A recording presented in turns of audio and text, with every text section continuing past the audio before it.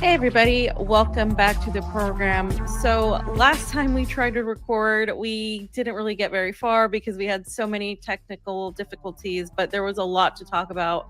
So, I just went on and talked about the latest in Yemen, the Gaza ceasefire that we knew from the start was really not going to hold, unfortunately. And Matt and I covered the journalists that were slain, two within 3 hours, added to Israel's roster of complete and total disgusting deaths on people who are extremely courageous and know what they're signing up for, and they go on the ground to cover all of the atrocities that are committed by Israel. And I think obviously we need to continue to allow these voices, these people there on the ground who are covering all of these things, whether they're in Syria and Lebanon and Gaza, all over occupied Palestine. We need to allow these voices to be heard first and foremost. And so to finish or kind of dive into another layer of all of the geopolitics that's happening right now is my very good friend Vanessa Beeley. She is an independent journalist. You know her very well. She's on Substack. We do our Substack thing. Also, we haven't had too much time lately because it's been incessant and Yeah. the news cycle, I mean. And obviously, I wanted to finish and really get started in our conversation of what's been happening, especially Vanessa. It's nice to see you again, but unfortunately, the Giuliani attacks, what Giuliani and his HTS terrorist thugs have been doing in Syria has exacerbated and has continued to exacerbate in at a level that a lot of people don't really know because there's so much going on, I think, where people's Mm. attention is being split in multiple ways. So I just want to hear from you the latest. I know yesterday there were the internet was down earlier, and there was also renewed attacks by Israel as well on top of the attacks from HTS. This is on the Yeah. civilian population in Syria. Could you dive deep into what's truly happening there at the moment? Yeah, well, you're right. The internet was completely down this morning, and actually, phone calls, no one could make calls or connect on the internet this morning for a few hours. Friends here in Lebanon who were trying to get hold of their families and friends in Syria were obviously panicking because in the last 10 days, Al Qaeda or HTS basically have been sending their various derivatives, in other words, the terrorist groups under their control, whether they're foreign mercenaries or actual Syrian fanatics, to block the majority of the connecting roads between the main cities on the coast, and also to block the roads that would provide any escape from those cities, so mostly Latakia, Tartus, Jableh, on the coastal area to Damascus and to the various smuggling borders that have enabled some of the minorities, the majority of which are Alawites, to escape into Lebanon, into northern Lebanon, into Akka. So all of those roads have been shut down. Warnings have been put out by HTS saying that anyone trying to escape by either the official border, which is close to Tartus, or by the smuggling borders into Lebanon are going to be executed. And so basically what they've been doing is kettling the coast and, preventing any entry or exit, setting up roadblocks, bringing in heavy machinery, which of course we know they're also using to dig the mass graves. And we know there are figures being bandied around by people in Syria of around 20,000 in that area alone. And you have to remember, it's not only a coastal strip, it's also going into central Syria, into Homs, into Masyaf, close to the border with Lebanon. So it's a fairly extensive area of Syria that is being affected by these ethnic cleansing programs. I've heard in the last 48 hours that Skebia, which is one of the Orthodox Christian towns that resisted for 14 years, the Al-Qaeda advances and ethnic cleansing threats. Before, at least 40 of the young men have been killed. Many others have been taken into HTS prisons, where, of course, we have to assume they're either eventually going to be killed or they're being horribly tortured. Houses in Skelbia are being requisitioned by HTS. In other words, they're running a kind of attack theory project along the lines of the Zionist project, in that they're driving out the inhabitants from their homes and villages, and then they're occupying those homes and villages. And a statement was put out, which was recorded by the Syrian Observatory for Human Rights, saying that basically, if the Alawites don't come back to their homes, then they don't have any right to return. So basically, where have we heard that before? Either they come back and get slaughtered, or they stay in diaspora and they lose the right to return to their homes and their villages on the coast. So, what we're seeing right now is a project very much along the lines of the Zionist settlement project on the coast, in that whole section of Syria, to change the demographic to a Sunni extremist settlement project. At the same time, as you rightly mentioned, Israel has been advancing in the south of Damascus. In the last couple of days, there have been artillery shelling and shooting of civilians in a village called Koya, which is close to the border with the occupied Golan Heights, kind of southwest of Daraa. And at the same time, they've been bombing what they describe as military installations in the south.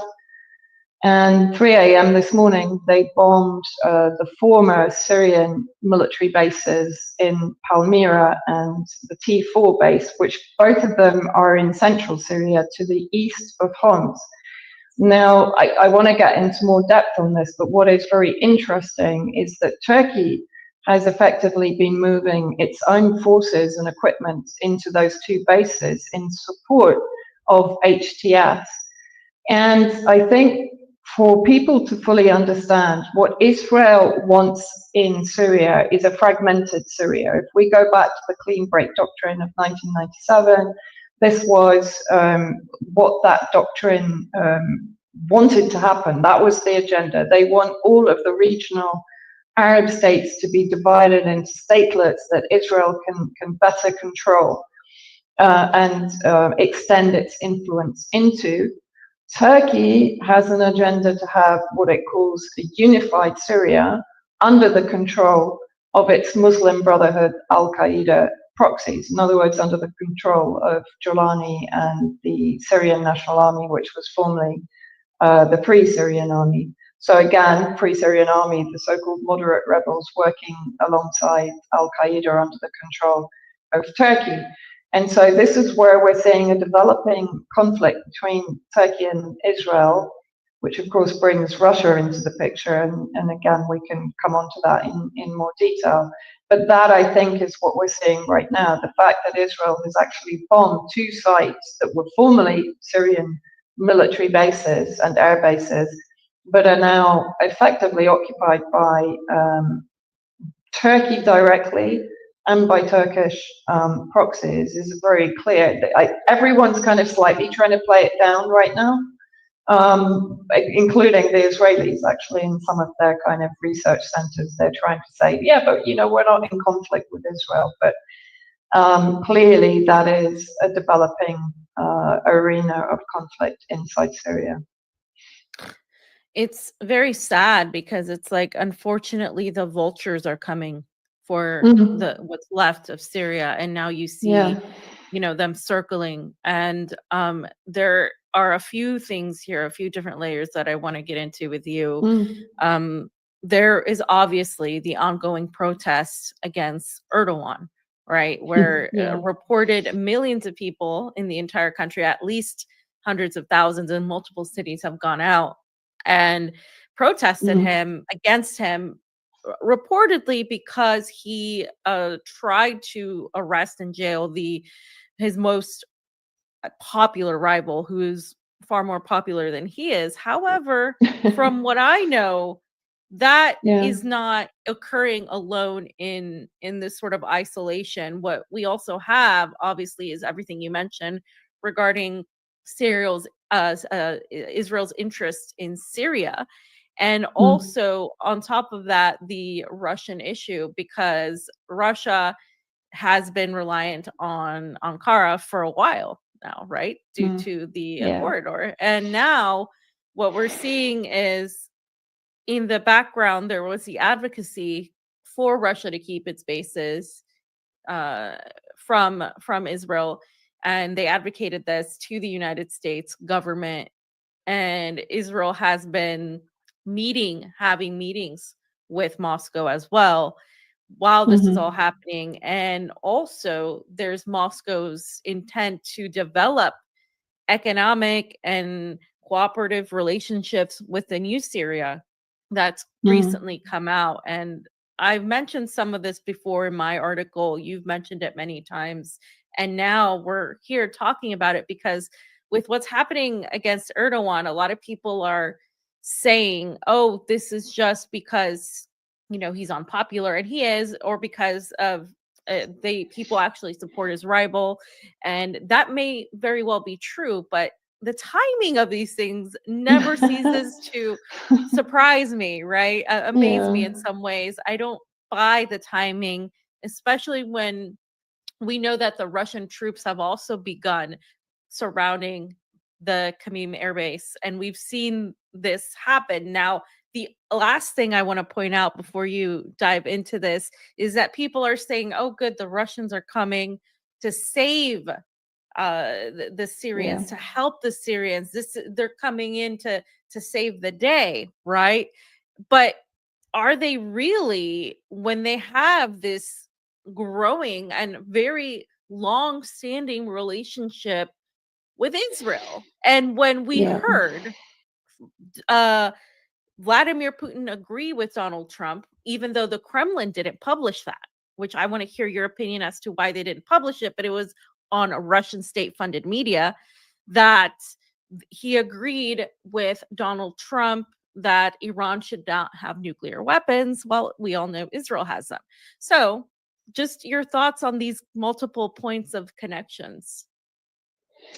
Yeah, first of all, coming to Turkey, I mean, I'm really not an expert on Turkey, but I've been speaking to a number of people, including opposition members, in the last 2 or 3 days, and a few people have kind of reached out to me on social media and have given me a number of insights, some of them opposing. So it's like I'm still trying to disentangle the whole lot.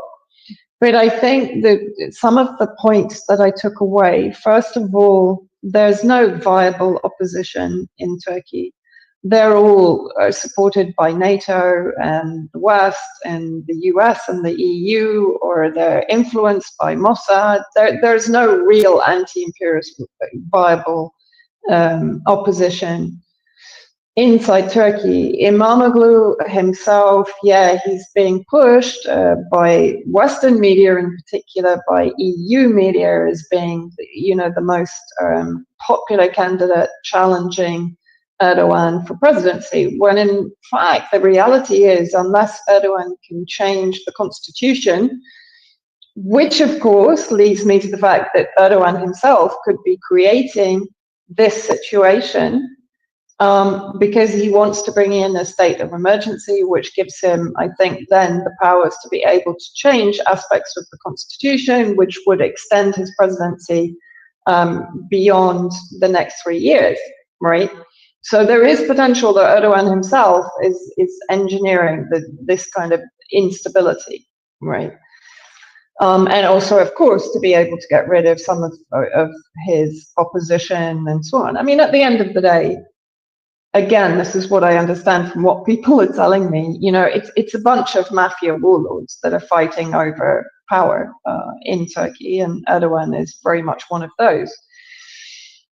At the same time, what people have told me is that the biggest threat, from their opinion, this is from an opposition member, is the fact that, of course, because Erdogan's been running this war against Syria since before 2011 because he was incubating the terrorist factions inside Turkey. They told me there's up to 12 million Takfiri elements in Turkey right now. That includes around 6 million. Their figures are a bit higher than the official figures. So even if we go from 12 down to 8 million, let's, whatever it is, it's a large number. But they told me 12 million. And those include Chechens, Uyghurs, Afghanis, Syrian Takfiris, and so on. The danger with any of these kind of, as they're being described, Arab Spring type events, is that those elements see an opportunity to take control of the streets. I'm not aware of seeing that yet, but that again is a huge worry. And then, of course, what happens? The borders become insecure. Turkey becomes an unstable neighbor to Syria, which, of course, who does that benefit? That certainly benefits Israel. I'm not sure it benefits the US and the EU right now, because Turkey fairly recently, or Erdogan, has been reaching out, offering Turkey to send peacekeeping troops to Ukraine instead of EU troops, to try and kind of reach a middle ground between what Russia wants and what the US and the EU want, right? So I'm not convinced of the US-EU benefits from destabilizing Turkey at this point. I am convinced of the benefits to Israel. And I'm also, to some degree, convinced of the benefits to Russia. Because if Russia is looking to collaborate and cooperate with Israel, and even HTS, as you mentioned, to consolidate its military bases and naval bases on the Syrian coast, which includes the capture of the Levantine gas, which Russia had exclusive rights to under the Assad government from 2013 onwards.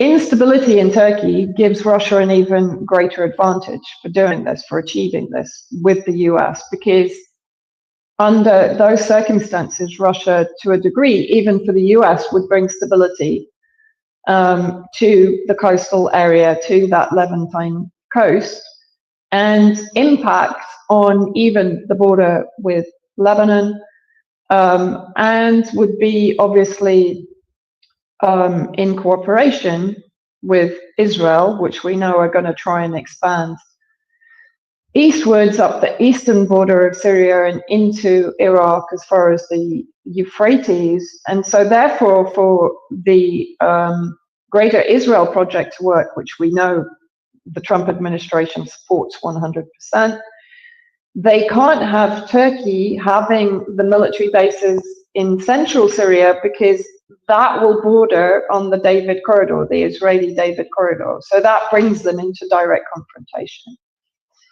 Then I also want to come on to the Kurdish issue, because again, as I mentioned, Israel wants a fragmented Syria, and that includes an autonomous Kurdish region in the northeast, right?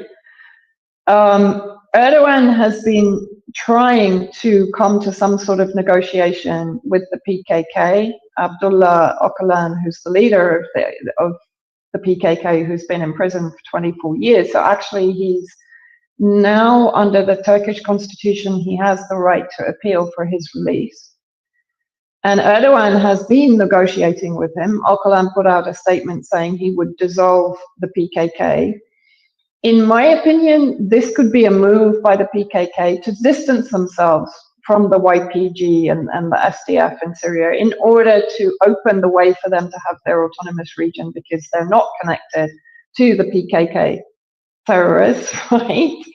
So this, for me, could be another reason that Erdogan could have orchestrated the instability right now, because he doesn't want to do this deal. He doesn't want the SDF and the YPG to have the legitimacy to have their autonomous region, which would benefit Israel.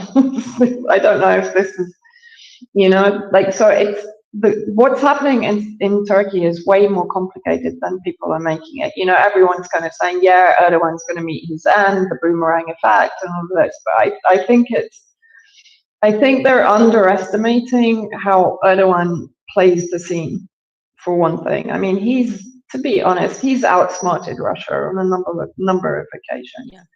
And for sure, that's why Russia is now looking to cooperate with Israel, because it sees an opportunity to push back against Turkish expansionism and prevent Erdogan having control of the gas reserves on the Syrian coast.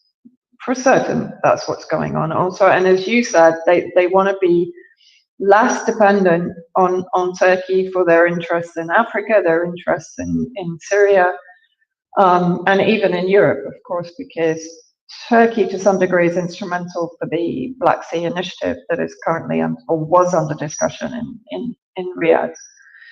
So I think, I don't know if I've kind of covered everything there, but I think there's a huge amount of maneuvering going on. And I think right now Russia sees itself in a better position by allying itself with Israel than overtly with Turkey. I'm not saying it's going to cut all ties with Turkey. It will try to probably maintain some degree of trade and economic ties, as Russia always does. It has a pragmatic foreign policy. But that, of course, would also bring it closer to the United States, which is very much what we're seeing, right? Exactly. And the only other thing that I want to touch on is, because we've talked about this, we were among the first people to talk about this, that's being largely ignored, this relationship between Russia and Israel. It's a matter of fact. It's not a matter of analysis or a matter of supposition. It is a matter of fact. In terms of the population, there's at least 1 million Russians there. It makes sense from a pragmatic sense that the Russian government wants Israel to exist. Like if you have that perception, that's what they're thinking. Then also the stability in the region, that perception that perhaps with this there will be some more stability and perhaps an advancement towards a relationship with the United States, which they clearly want, in spite of the fact that Ukraine has been bombing their energy facilities, when the deal was that Ukraine would not do that, and Russia didn't hit back, which has been frustrating to a lot of Russian supporters online that have been saying, well, what is Russia doing? Why are they doing this? They're not understanding it because they're looking at it from an ideological perspective. Like Russia should ideologically hit back at Ukraine because they're violating everything. And therefore, what are they doing? But pragmatically, Russia really wants to end this war. They really want to be in a good working relationship with the new Syria, because they know that the new Syria is ultimately going to be controlled by Israel eventually, if not Turkey. And they want to have a very, I would say, neutral relationship, what they consider neutral, with both Turkey and Israel. However, it is very clear to me that there is more weight being placed towards this relationship with Israel, and the way it's being promoted by some commentators and analysts that are very pro-Russia is that Russia's trying to save the Alawites, the 7,000 of them, I believe, that have been seeking refuge in the base, right? And so do you think that for me, it's like, based on what I know about how the government and the military strategy is, I don't think it's that. I think it's just a continuation of, okay, well, we're going to regain control of this. We're going to work our way in. We're going to secure our assets and our interests. And this isn't an insult. This is just the way I'm perceiving it. Yeah. I think that's a very good point. The other points, before I come on to that, I just also want to mention the fact that for Russia, it was always trying to wean President Assad off Iran and the resistance. And we saw that very much prevalent before the December international coup that finally toppled Damascus, in the sense that most people have the opinion that it was Russia pushing Assad towards the Gulf states. And of course, his final speech at the emergency summit was the opposite to what Russia would have liked to see, in my opinion, because he actually shamed all of the Gulf states for not doing more to prevent the genocide in Palestine. And so I think that's number one. I think Russia has always wanted or looked to squeeze Iran out of any influence inside Syria. So that's number one. And of course, working with Israel, that would be the intention.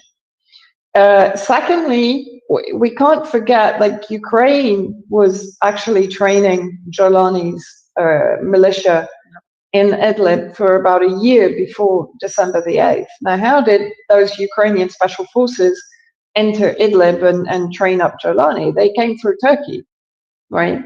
So at some point, Turkey was enabling Ukraine's involvement in Idlib to reinforce Jolani's militias, to give them drone technology training, etc., and at the same time recruiting those terrorist militia to go and fight in Ukraine against Russia. So there you have another two elements where Russia could very much ally itself with Israel as a priority over Iran or Turkey, right?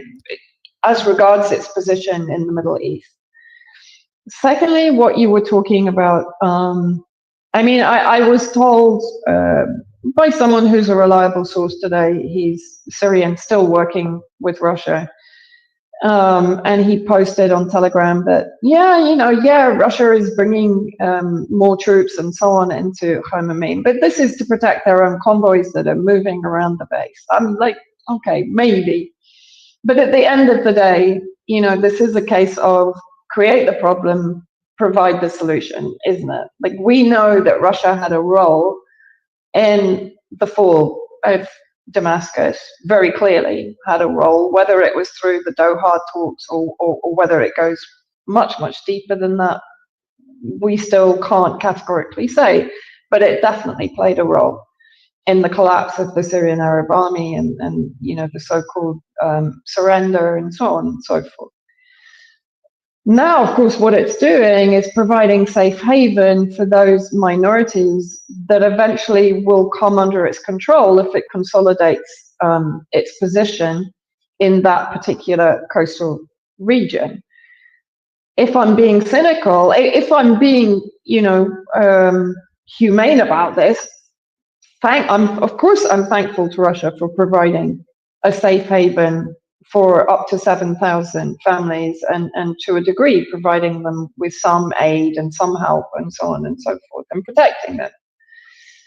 At the same time, I'm quite sure that Russia sees it as a PR opportunity to say that, we're the safe hands on the coast, and therefore partitioning the coast and putting it under our control is going to be for the benefit of all of these minorities that are now being persecuted. And speaking from personal experience, I'm talking to Alawites that have either escaped after December or more recently, and all of them are saying to me, yeah, we'll go back to the coast if Russia has control. So this is how partitioning works, as I say, to a degree. And I'm not saying Russia created HTS or anything like that, but they created, to some degree, the environment in which HTS could flourish, take power, and then carry out the ethnic cleansing, which was always going to be an inevitable result of HTS coming to power, because that was their MO from 2011 onwards. We'd seen previous ethnic cleansing programs in the coastal areas before. Of course, they'd been defeated by the Syrian army back then. And so, certainly Russia should not have any illusions or have had any illusions that this would be the result of Syria falling to a power like HTS. They knew exactly what was going to happen. There's no, like, anyone who was watching Syria, let alone involved in Syria, knew that this was what was going to happen. They're not some kind of reformed, good guys. they're still the bad guys. They're still the terrorists. They still have a terrorist ideology, and that's not going to change, despite what Putin said, of course, in his speech, which everybody says he was being ironic and he was, basically going to. A few people were coming out with this idea that he was setting a trap for the West by allowing HTS, etc., etc. But I think we can pretty much kind of dismiss all of those theories right now. Well, the other thing I wanted to mention this that I forgot was I had no idea about the fact that Russia is sending oil to the new Syrian regime. But I wasn't aware, and you made me aware of this. I was not aware that they hadn't done that for Syria under Assad.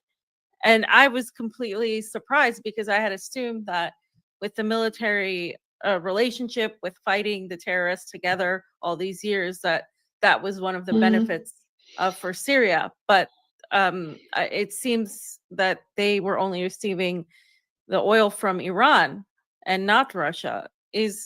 Can you just touch on that? Yeah, I mean, from my experience on the ground, that was a huge criticism of Russia. I still actually haven't dug deep into it to see if there is any actual either rebuttal of that idea or evidence that they didn't provide oil and fuel. I know that they did provide fuel to the Syrian Arab Army forces that were working in direct collaboration with Russia, and that included some of the Orthodox Christian National Defense Forces. But as far as I know, and from what I heard from on the ground, no, they were not supplying anything for domestic use. And actually, I mean, this is anecdotal, but I do remember having a conversation with members of what was then the kind of reconciliation team, Russian team, fairly recently in the last year. And they were asking me directly, they said, like, what can we do that's constructive towards helping the Syrian people? And I was like, well, you could start helping reconstruct the electricity power plants that have been damaged in 14 years of war. You could develop the gas reserves off the coast.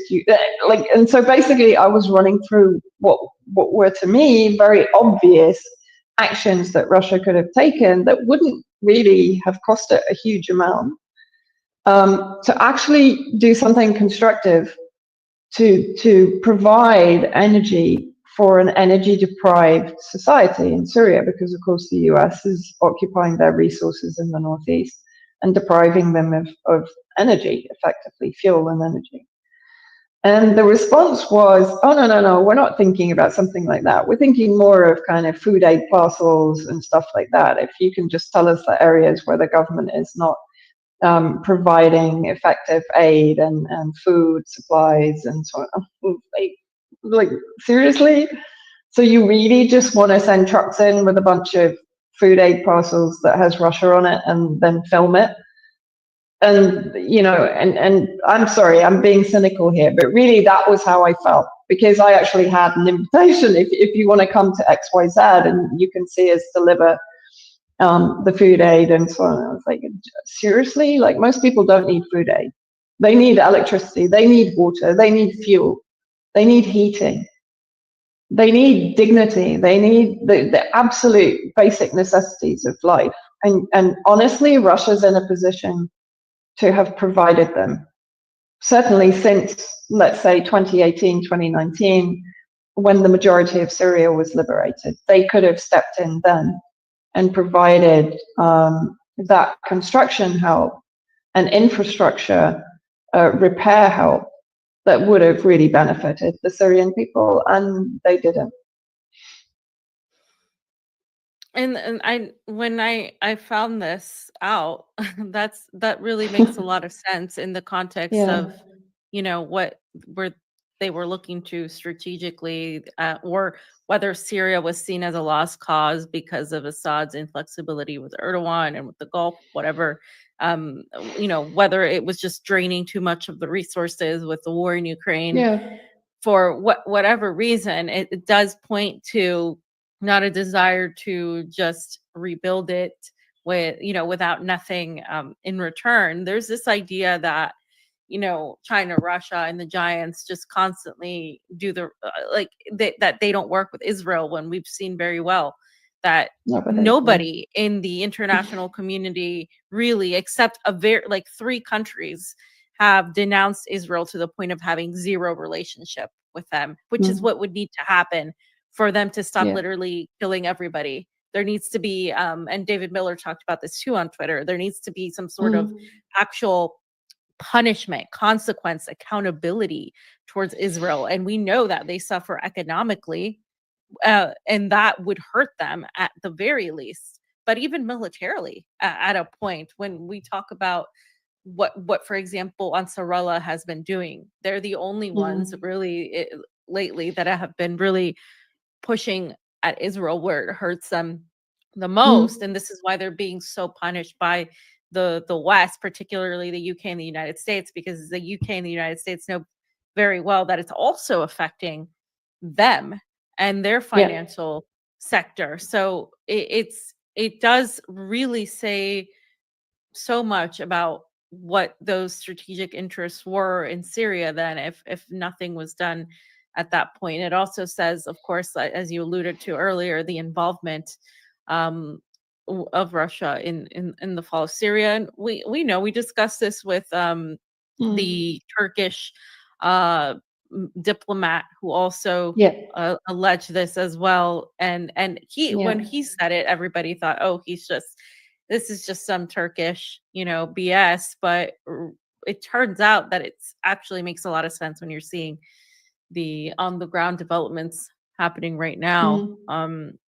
And also don't forget that Russia turned back the Iranian reinforcements that were allegedly agreed between Putin and Assad, but Russia actually turned them back. I know we've mentioned that before. I think also, we've talked about this before. I think Putin probably saw or sees the Middle East as too unstable, too fractured, too under attack for him to invest any more resources other than simply consolidating his coastal positions, right?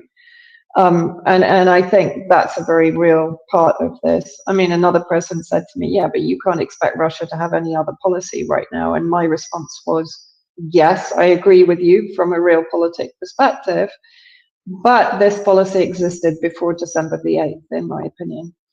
And I think it would be kind of foolish to say it all began on December the 8th, and that's when Russia suddenly pivoted to Israel. It doesn't happen like that. For one thing, Russia takes a very, very, very long time to make a move and to make alliances and to switch positions. Right? It doesn't do anything fast or from a reactionary perspective. So this was planned, in my opinion, for some time. And when I look back at the actions of Russia, even in Syria, I would say there was always a potential for this to happen. When I actually look back and review it in the light of what has happened, Russia's constant support really for Israel and Turkey and Syria, both. When Lavrov offered condolences to Turkish military that had illegally entered Syria and got killed, instead of offering condolences to Syria for the loss of their soldiers under Turkish drone fire, he offered condolences to the Turkish military that had illegally invaded a sovereign country. We know that they communicated with Israel, that sometimes they shut off their radar to enable Israeli strikes on Syrian positions. So, the amount of intelligence exchange between Russia and Israel had been a long-standing issue in Syria anyway. Of course, they had to have it to some degree to protect their positions and not to enter into conflict with Israel. But that partnership was there and has been there, as you said, within Russia itself for some time.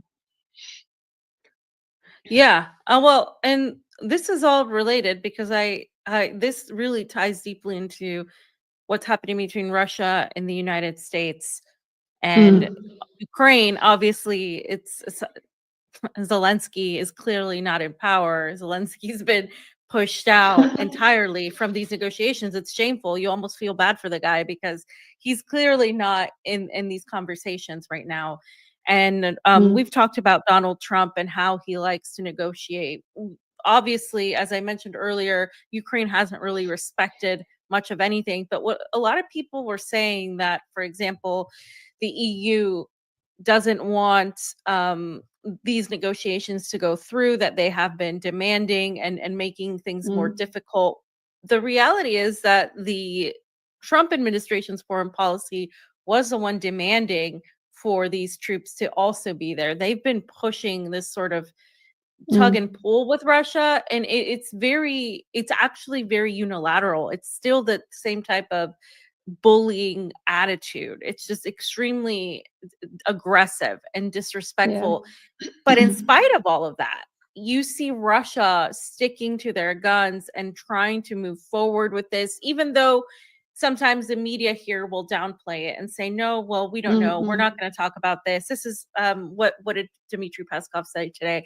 We're not going to talk about the meeting that just went on because it was technical. It's a technical situation, which is not very, quite sure what that means, but yeah, what does that even mean? What do you mean? This is like everybody is waiting to hear if this is going to go through or not. But one of the things that recently happened was that Russia is welcoming now Trump's plan to reinitiate resume the Black Sea grain initiative, and Russia is welcoming that as well. And this is, of course, they're saying, oh, this is good because this is going to provide 100 million people grain, and it's going to help everybody. And this is, how Russia puts all of this out there. This is actually a really good thing. And they always go along with the UN this, the UN that, the UN charter, and all of this diplomacy.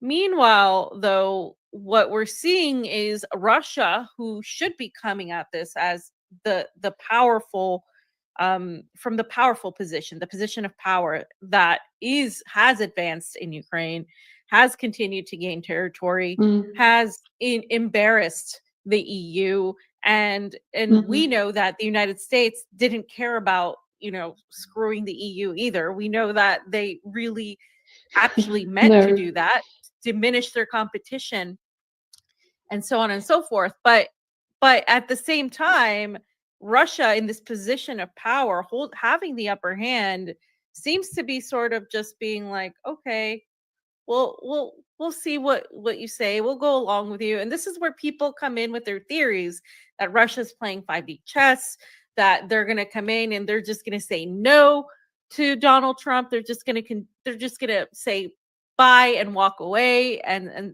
not give in to all of this. But for me, understanding everything we just talked about and understanding exactly this pragmatic, strategic approach, Russia they do not like conflict. They literally do not like conflict. They do not like chaos. They always try to maintain some sort of order. And when you go to understand the government, even at the level of the bureaucracy that is so crippling in many ways, where you have to go back to 100 years and file a paper and then go to another place and file another paper just to do a basic thing, that has a lot of steps and it's very bureaucratic. But that shows you that there's a certain organizational method to their madness, right? And they don't want things to be everywhere. If one thing goes off, it's like, oh my gosh, we can't have this. So it's kind of like they're very flexible as a people, and I'm talking here culturally as well in general, but at the same time there is a disdain for this sort of chaotic craziness that we see happen in Latin America, that we see happen in West Asia, even culturally at that level. So when these negotiations with the US are happening and there's a possibility to end the war in Ukraine, to lift the sanctions, which I know Russia is asking for, obviously, they're going to demand the sanctions be lifted. When they're having these relationships with Israel, which we know that they're discussing West Asian politics, we know they're discussing Iran's the Iran nuclear energy program, the potential for all of that to go. We know that they're discussing Latin America, and we know what Donald Trump's doing right now with Latin America and how he's exacerbated the situation. What I see is just a complete and total shift in terms of what people thought Russia was as an anti-imperialist resistance like player, when they're actually not, into what they really are, which is a strategic nationalist type of capitalist power that is a few decades behind what the United States used to be, where capitalism is still building up, and it's not at the level where in the US it's in decline, but it is still pursuing that type of existence. And you see that also echoed in how they have been pushing Donald Trump, frankly, and have been having this sort of favorable attitude towards this Trump administration, even though what we see is the Trump administration is coming in with very fascistic type of policies in general. Yeah, it's quite extraordinary, and you're right. I mean, this whole meeting in Riyadh about the Black Sea Initiative, and then everyone was sort of picking up this idea that a report was going to be put out, and then Peskov suddenly saying, "Yeah, no, we're not going to because it was too technical." Like, I don't quite get that. Like, what's technical about basically renewing an initiative that had already existed, right, to provide the safe shipping of fertilizers and foodstuffs into the global markets that had been deprived since March 2022, right, in theory. It doesn't quite make sense for me. And then everyone, as you said, is pushing out the idea that, yes, but the meeting was very favorable. And I think it's also interesting that Saudi Arabia is so pivotal to these meetings and these discussions. Right? Again, that kind of reinforces what we've been saying, that it was Russia that was pushing towards Gulf state allegiances for Syria. And of course, what would that mean by default is normalization with Israel and the acceptance of the state of Israel. And again, that demonstrates Russia's, let's say, cooperation with the Gulf states that have effectively, whether officially or not, normalized with Israel.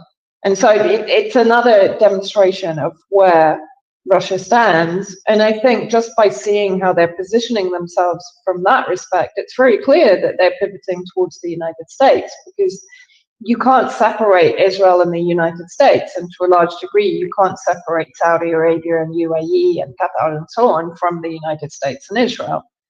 So it wouldn't make sense, particularly if, I think what is also really important is to come back to this idea of Russia maintaining influence in the Middle East, and it can only do that through Israel. It could do it potentially through Turkey, but to a lesser degree and with less stability, in my opinion. And so therefore, what does it need? If it needs Israel, it needs the US.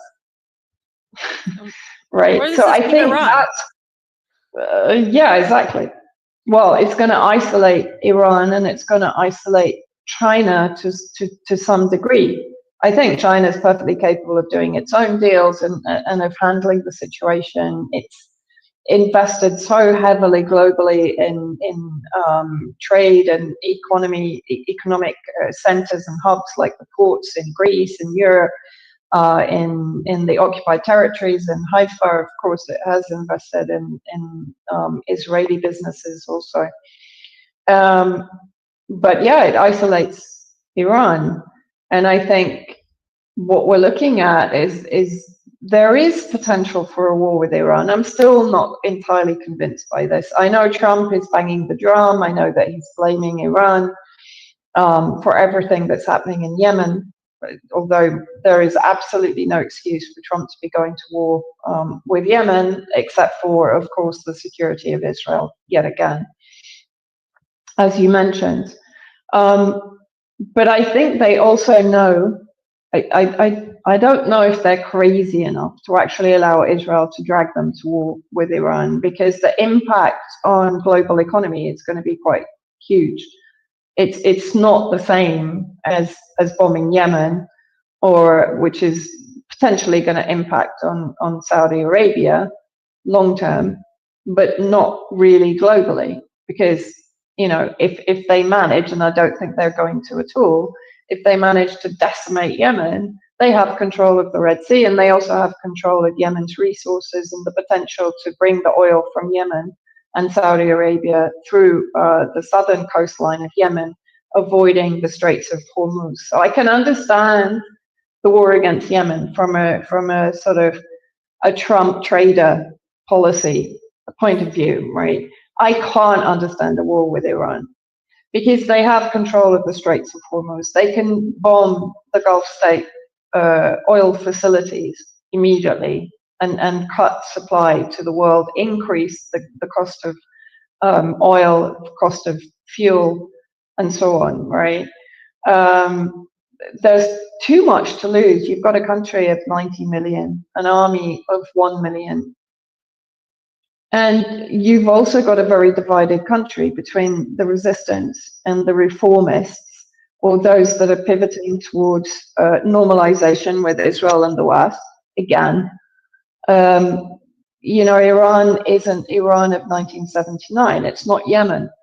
It's made it very, even Iran has made it clear that it's not Yemen. It doesn't have control over Yemen's reactions and Yemen's policy. No one does. It's not a proxy of Iran. It's very different to Iran. It's like Iran from the late 1970s during the revolution. The population is united behind the resistance on behalf of Palestine, basically, and against imperialism and colonialism. In Iran, no. You have a huge sector of society, which was demonstrated by the election of Pezeshkian, that don't want to go to war on behalf of Palestine or on behalf of the resistance. And we've seen that. We've seen Iran vacillating between attacking, not attacking, negotiation with Trump and no negotiation with Trump. We're seeing the division playing out real time, particularly since, of course, Trump was responsible for the assassination of Soleimani and Mohandes, the leader of the PMU in Iraq.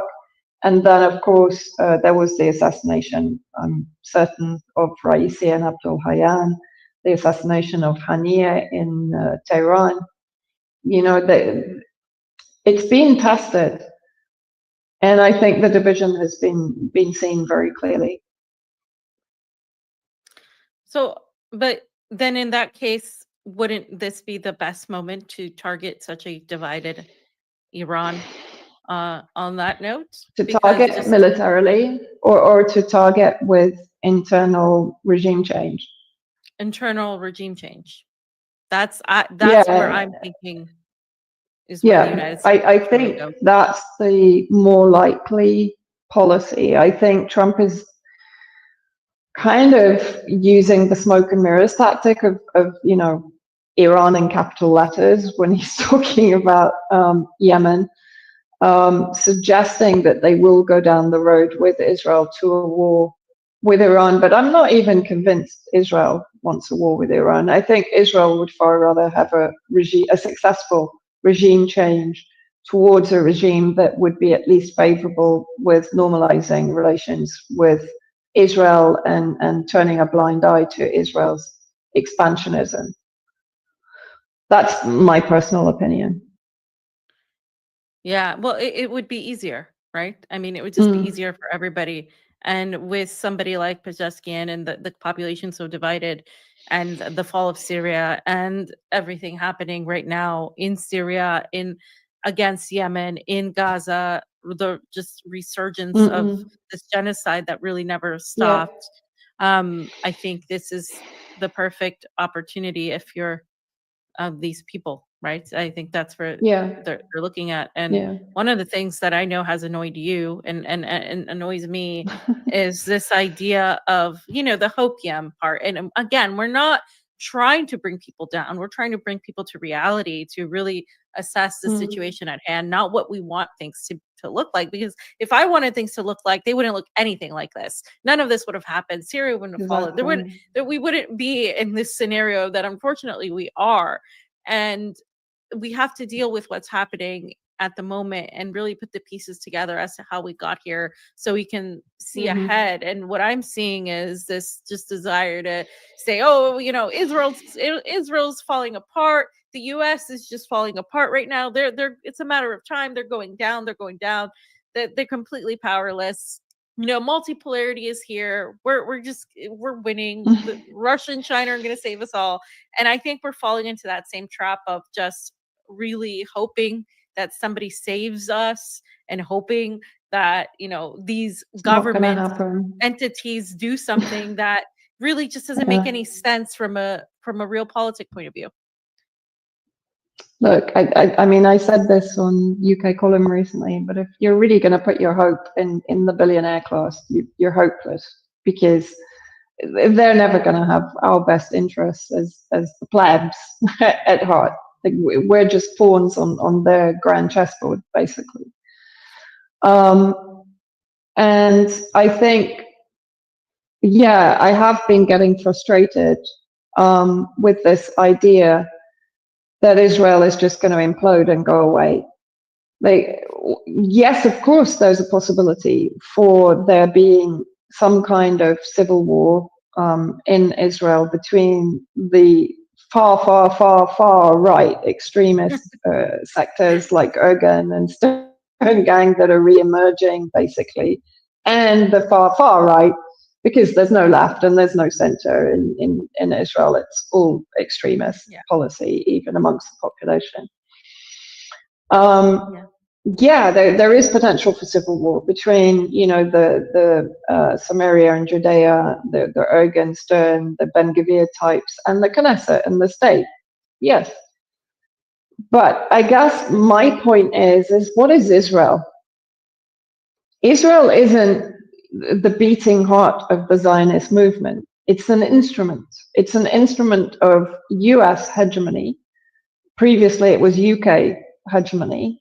It was then adopted by the United States, basically.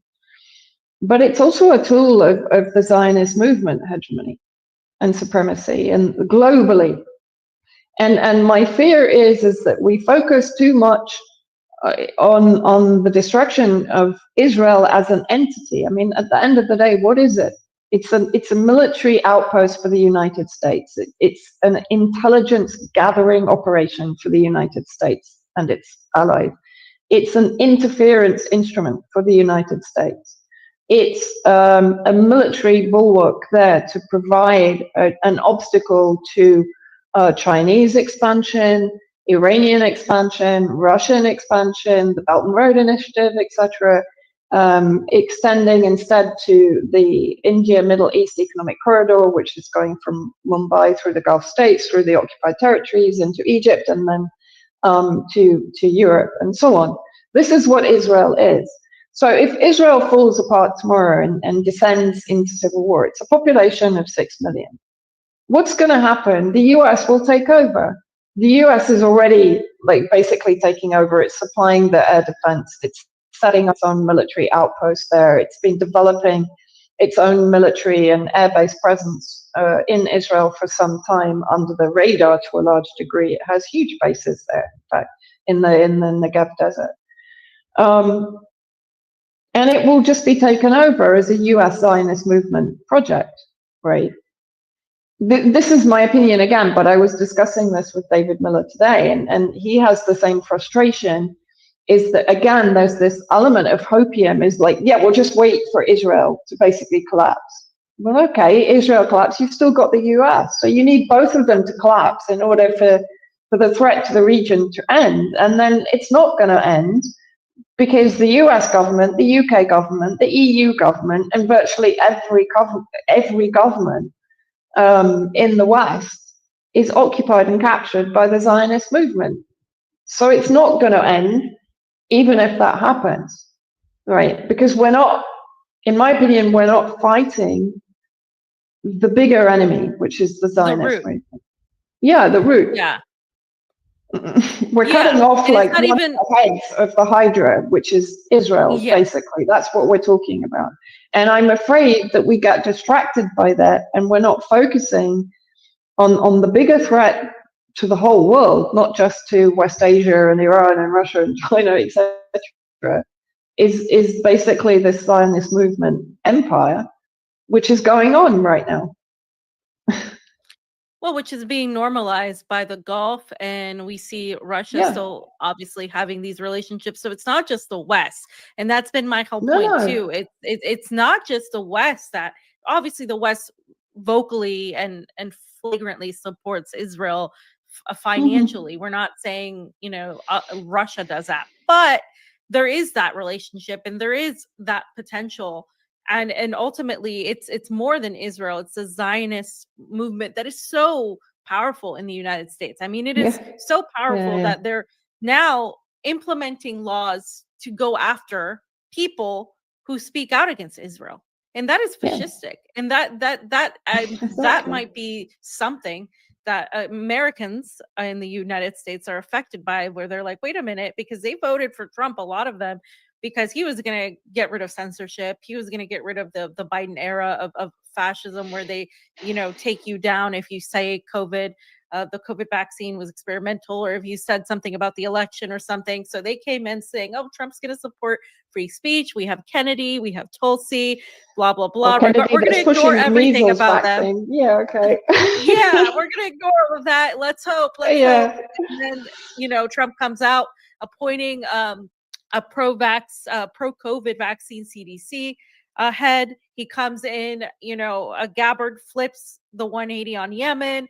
You have just every facet of the Trump administration entirely embedded in Zionism, not just Miriam Adelson money, but literally in every facet. And so you have pretty much a descending, U.S. into full-on more fascism that eventually, once they get tired of using it on foreigners, it's going to come down on the people of the United States.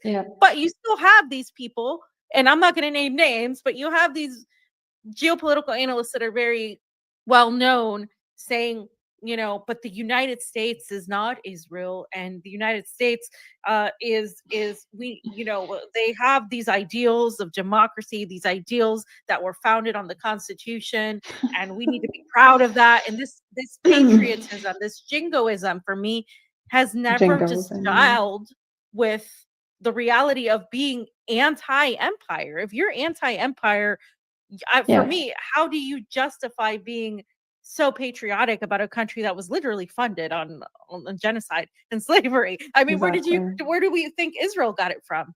Hello? Yeah, and like this whole sloganing of make America great. Well, no, like, why doesn't America repair the damage it's done in the world, and then it might be considered great? But what does make America great again mean? What was its greatness? Its greatness was, as you said, genocide, and it's been at war for the majority of its existence, destroying other countries that pose absolutely no threat to America. No, I'm equally fed up with this. It's not taking into account the role that America has played in effectively the destruction of much of the global South, and the absolute kind of regression of any development of underdeveloped countries. It's not had a single positive effect on the world, or even, I would say, and I'm not speaking from huge experience, even internally. Like what is America now compared to whatever it was 50 years ago, 100 years ago? And I would say the same about the UK, by the way. I mean, UK is heading towards Victorian level poverty. It's absolutely no different. It's up to its eyeballs in debt. I mean, the Ukraine situation is as Alex Craner has talked about many times, it has the potential to destroy the UK economy. It's being kept afloat. It's being put on life support by the Bank of England, but that's going to crash at some point. So it's no different. I'm not having a go at America over and above what the UK has contributed to all of this also, both globally, but also in the kind of creation of the state of Israel, on the genocide of the Palestinians. It's no different. But I would never say make the UK great again, because if I look at the UK, it's like, when was it great? When it was destroying India, when it was destroying the Middle East, when? Yeah, I mean, I just don't understand. I don't understand that mindset, really. I mean, you have to have something to be proud of in order to be proud. And you can even argue, well, maybe it's, the people there, they mean whatever. But I mean, we have the most propagandized population there is. So most of the people don't care about anything until it affects them. And that's just how we've been created and bred and completely, raised to not really care and to be just on survival mode now, because that's where everybody is right now in the West, is survival mode. And things are ridiculously expensive. The price of eggs is insane. This seems insane, but the price of eggs, it just tells you, like, people, if that continues, people might actually do something. I don't know, because it's insane. And being away from it all kind of gives you a bit of a clear picture as to why, how it maintains itself, and really realistically, that's going to take some time to go down. And it's not something as easily as just saying multipolarity every 5 seconds and thinking, it's magically going to go away. Multipolarity. It's not. We don't have a magical wizard that's just going to take down the US and take down Israel, especially when we have such a disjointed, non-aligned axis that's really not aligned. I mean, if Iran does fall to some sort of manipulation, some sort of color revolution of sorts, then that leaves a lot of people extremely vulnerable. The fall of Syria left a lot of people extremely vulnerable. Russia's normalization with the West is leaving a lot of people extremely vulnerable. We see what Trump is trying to do to Venezuela. Yeah, exactly. The 25% tariffs on anybody that buys oil from Venezuela. Which is exactly like the Caesar sanctions, remember? Because Trump brought in the Caesar sanctions on Syria, which penalized anyone that came even with humanitarian aid to Syria. So it's no different. It's the same tactic. It's just differently packaged. But yeah, I mean, that's just insane. And it's not legal under any kind of international law. Like, how can another country actually tell another sovereign country, no, you can't buy from this country, because if you do, we're going to charge you 25%? Like, what? It's the mean girl in school, and she's saying, if you're friends with her, then we're kicking you out of the group. It's like, it's just insane. I mean, I'm not a lawyer, but that just sounds completely insane to me. And the fact that Trump thinks he can do it and he's going to get away with it is, that's just the epitome of the world that we're in right now. And we've got to face this world. We have to face the reality. That's the bottom line. We still manage to be positive. We can still find positivity in there somewhere, and it's very difficult sometimes. It's really hard. Yeah. But facing it is better than ignoring it, and then it comes to wallop you later, And with that comes all the cognitive dissonance and the depression and the like, oh, but I believed in X, Y, Z. And I don't know. For me, it's way better. It's more liberating to actually see the truth for all its kind of grubby reality than it is to believe in something that doesn't exist or isn't going to exist. This reminds me of a meme I'll share later. There's like four different kinds of people in the world. The ones that really want to see the truth and make sure others see the truth, and the ones that are stuck, and then the ones that know that they're part of like a system of slavery, essentially, in a way.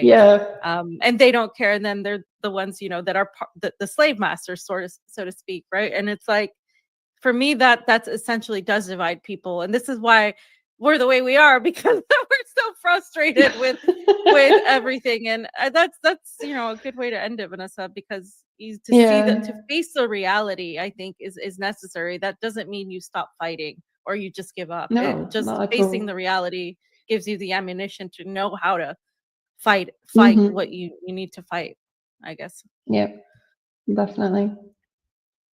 So, Vanessa, thank you so much for coming on and having this discussion. We'll obviously do it again sometime soon, but let everybody know what you have coming up right now in the next few days.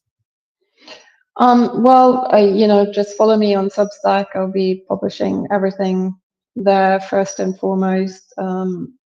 Telegram, of course, and X. I nearly called it Twitter again. I still can't get myself out of that. Look, I'm still based in the region, so I'm still going to be covering things from on the ground. I'm clearly not going to be going back inside Syria for a fairly long time, but certainly, I'll still be covering things from the Lebanese perspective.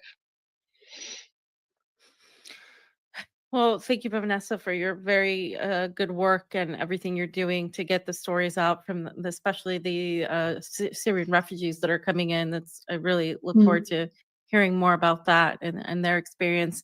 Everybody make sure to follow Vanessa on Substack, X/Twitter, because we still call it Twitter, and Telegram and everywhere else. So thanks so much for tuning in, everybody. We'll see you next time. Take care.